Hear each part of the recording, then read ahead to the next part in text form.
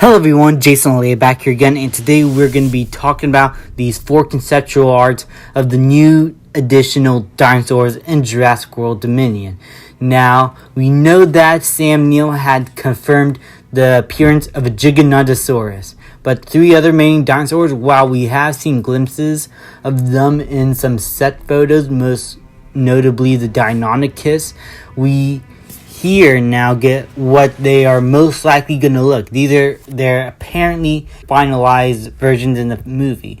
So this is not entirely accurate. This is coming from someone who worked closely on the film. And so these are what we're most likely going to see in the final product. Sure, there might be a few adjustments here and there, but this is what we're most likely going to get. So starting off with the Giganotosaurus, I think he looks awesome. He feels really very much in touch with what a Jurassic Park Giganotosaurus would look like.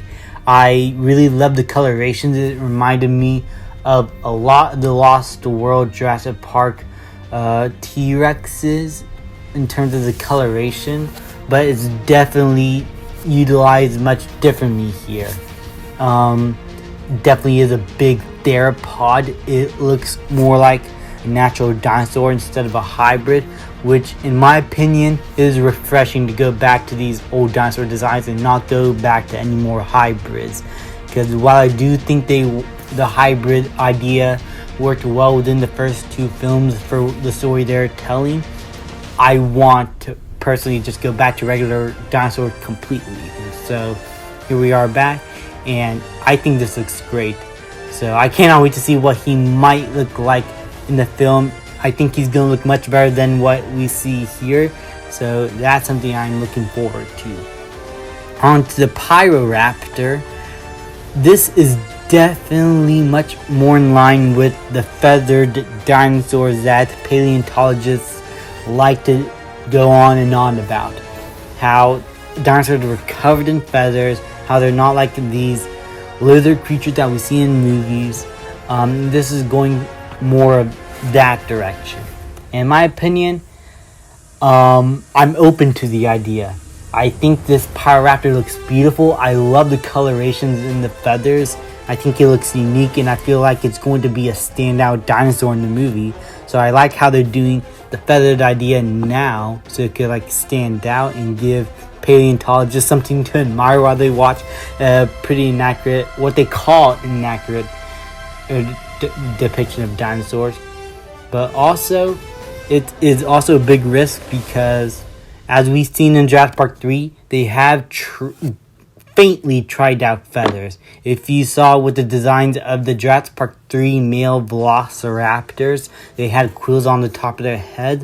And that's supposed to be like feathers in a way, but they did not go all out in it ever since. So this is a big risk. If this is what's going to look like, I'm open to the idea. It could possibly work. We'll just have to wait and see. This is not like a completely finalized version. It could possibly change, and so let's keep that in mind. But I'm open to the idea. Up next is a Dimetrodon. Oh my god. This guy is one of my favorites as a child. I love the Dimetrodon. I love the sail in this back. It's one of those dinosaurs. I don't think it is a dinosaur at all. I think it is something else, but whatever.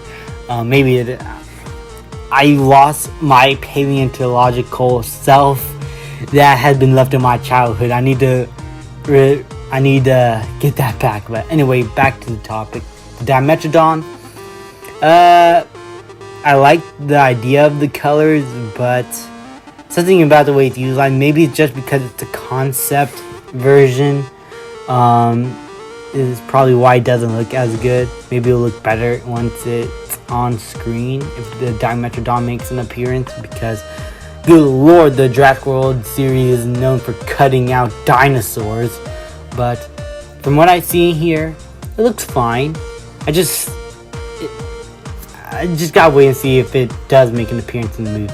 But if it does, I still be completely happy, even if the design is not that great, because I love Dimetrodon and I want to see it in the movie, especially Jurassic Park 1. Now on to the Deinonychus. Now, I originally thought this could be a Dynamicus or maybe the Pyro Raptor they were talking about, but it seems like from this conceptual design they're going for a Dynamicus. Now, if you see my videos earlier talking about the filming of the movie, I talked about the head portion where they had heads of these Deinonychuses in a I forgot what the location called, but it was definitely on the mainland, and it looked like it's going to be a big action scene with a bunch of these Deinonychuses roaming around. And there was this version which looked identical, at least in terms of colorations, to both the male Velociraptors of Jurassic Park 3 and the Lost World Raptors that we've seen near the end of the film, at least around the second act. That's when they made those appearances of Velociraptors in the Lost World. It looks like a mix between that, but we also got to see in the set photos a white version which looks like the Jurassic Park 3 female Velociraptors, which don't have the feathers. So I don't know. We'll just have to wait and see how it looks. This is definitely a conceptual looking design of it, but I really like how the naturalistic look of it. I'm more a fan of the naturalistic, grungy, dirty up look of dinosaurs. I just think that they have too much colors. They feel, I don't know, fake.